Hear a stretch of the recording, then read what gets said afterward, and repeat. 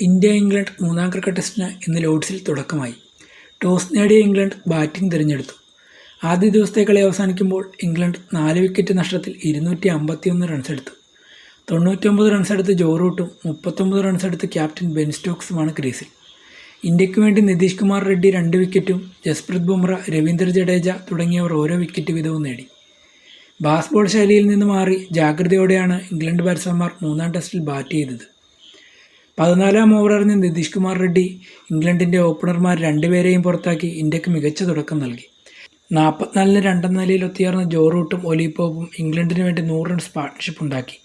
Score board 153 നിൽക്കെ 44 runs എടുത്ത ഒലി പോപ്പിനെയാണ് ജഡേജ പുറത്താക്കിയത്. 19 റൺസ് കൂടി ചേർക്കുന്നതിനിടെ ഇംഗ്ലണ്ടിന് 4-ാം വിക്കറ്റും നഷ്ടമായി.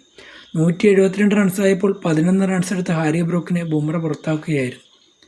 പിന്നീട് ഒത്തുചേർന്ന ജോ റൂട്ടും ബെൻ സ്റ്റോക്സും കൂടി 79 റൺസ് ചേർത്ത് സ്കോർ ബോർഡ് 251-ലെത്തിച്ചു. ഇന്നത്തെ കളിയിൽ എടുത്തു പറയേണ്ടത് ജോ റൂട്ടിൻ്റെ ഇന്നിങ്സാണ്. 191 പന്തുകൾ നേരിട്ട താരം 99 റൺസ് എടുത്ത് പുറത്താകാതെ നിന്നു. രണ്ടാം ദിവസം 1 റൺ കൂടി നേടിയാൽ താരത്തിന് കരിയറിലെ 37-ാം സെഞ്ചുറി പൂർത്തിയാക്കാൻ സാധിക്കും. രണ്ടാം ദിവസം തുടക്കത്തിൽ തന്നെ വിക്കറ്റുകൾ നേടി ഇന്ത്യ ഇംഗ്ലണ്ടിനെ സമ്മർദ്ദത്തിലാക്കും എന്ന് തന്നെ നമുക്ക് പ്രതീക്ഷിക്കാം. കൂടുതൽ ക്രിക്കറ്റ് അപ്ഡേറ്റുകൾക്കായി ചാനൽ സബ്സ്ക്രൈബ് ചെയ്യുക. Thank you for watching.